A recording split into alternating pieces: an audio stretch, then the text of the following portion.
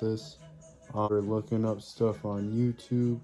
It's not always the easiest information if you're going to be trying this for the first time. Obviously it differs for each vehicle. Your car is different, but if you have the same truck, this might help. I'm going to try to do a voiceover over some of the footage I got, and at the end I'll tell you what I learned. So here is some of the footage during the install. Popping that hose off. So what we're doing is we're putting in a Just changing that old radiator fluid out. new thermostat housing, as we see here.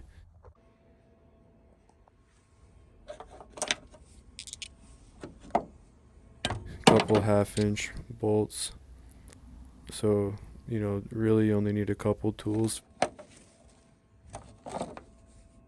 And as you saw, that old thermostat was rusted, and I found that gunked up on there. So it's definitely time to put in a new one. This scraper tool would be the third tool you'll need. That worked really well. These are the old bolts, still in good shape. I soaked those in some WD-40. And yeah, out with the old thermostat, and we're gonna put in the new one. So as you see, we got that in there. The new sensor in there as well, because I snapped the old one off. That's what I mean, like, just take your time taking these things apart and putting them back together, and you shouldn't have any issues. New C elbow. What I used to get it nice and tight seal was Teflon tape. A flathead, like a oval clamp for this one to go right around.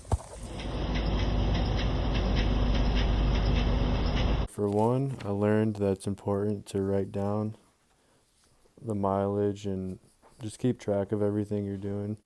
I also learned to be patient. I actually snapped 2 of the housings. The thermostat is a thin metal.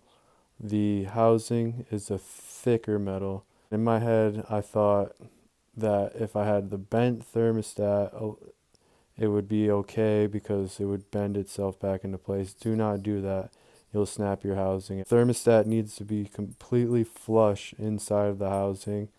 What I also learned is gasket sealant helps a lot. It helps keep the gasket in place and also helps keep the thermostat in place. So I used that this time, and that's only a couple dollars. It's usually on the shelf at the parts store that you go to. When you start, you want to make sure that there's no coolant inside of the radiator.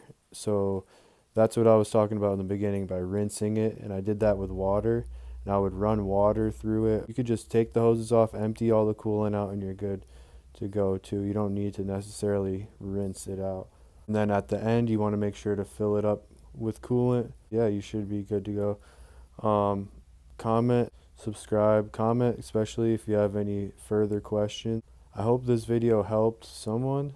You know, I know it's not like groundbreaking stuff here, but I hope my explanation helped. And yeah.